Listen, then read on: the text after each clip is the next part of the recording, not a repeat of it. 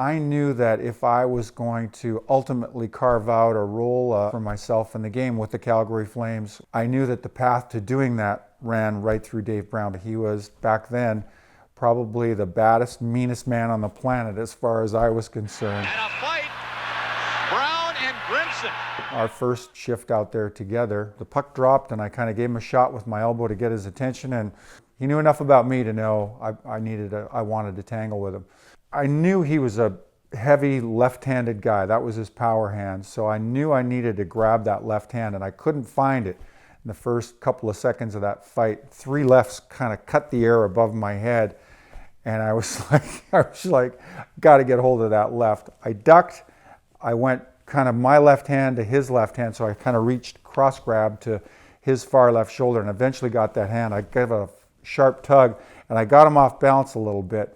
And bang, bang, just like that, twice I clocked him, and kind of right then and there I laid out the heavyweight champion of the NHL. And it was, I don't think anybody could say it as well as Charles Dickens said it. It was both the best of times and it was the worst of times. Because you don't get the better of Dave Brown and not be called to answer for it very soon. 2 nights later, we went back to our building in Calgary. And you know, I was a little off my game. My hand was badly banged up from that fight. I was kind of running a fever. I wasn't 100%. But having said all that, you know, I showed up, and, you know, it was kind of round 2, me and Brownie again. And it didn't go as well this time. I couldn't find that left hand, and he clipped me 3 or 4 times pretty bad. Knocked me down, wasn't knocked out, but I went to wipe under my eye because I thought for sure he had cut me underneath my eye.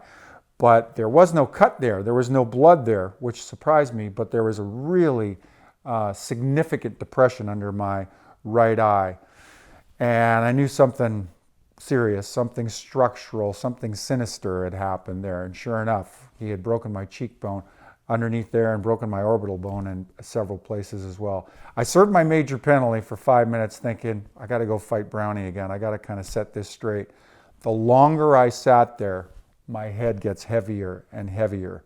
And finally, I kind of relented. I skated across the ice after my penalty was over, and I said to our trainer, I said, you got to get me to see a doctor. I think something's going on. So total facial reconstructive surgery to fix all that. I was out of commission for a while. But that was my entree into the NHL.